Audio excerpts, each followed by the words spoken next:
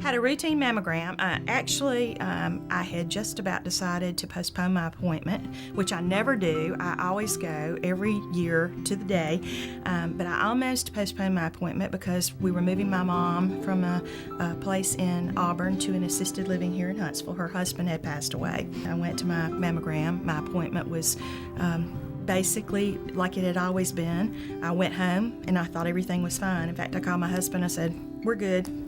Then I get a phone call the next day and they asked me to come back and said, "We need to do a retest." And the radiologist told me that he would call me before the end of the week because he knew that I didn't want to wait over the weekend. We were on our way to see our son in Tuscaloosa for the Alabama game, and we were driving to Tuscaloosa and they called me and told me that it was cancer.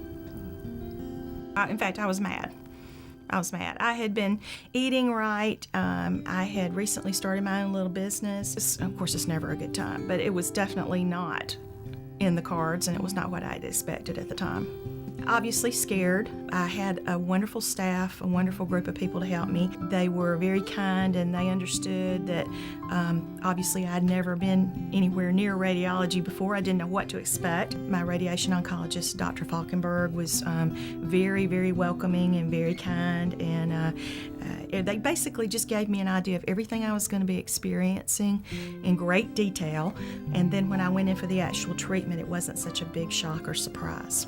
My treatment specialists were they were fabulous. Kara and Kristen were, we joked around a lot because that's the way I deal with things when they're pretty bad. I like to cut up, and they were good about doing the same thing. We are so fortunate because so many people are not, and they have to drive or they have to fly to get good care. Center for Cancer Care is an amazing group of people, and they're able to do everything that anybody else could do and then some. So with me, there was never a question in my mind that I would not stay here.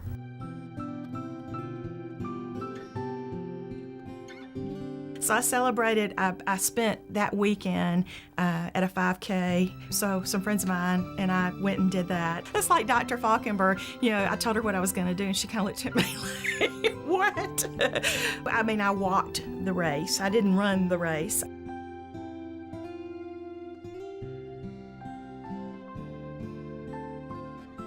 I can't tell you how many people have called or been referred to me to actually have that conversation about, okay, well, I've just been diagnosed, what do I do?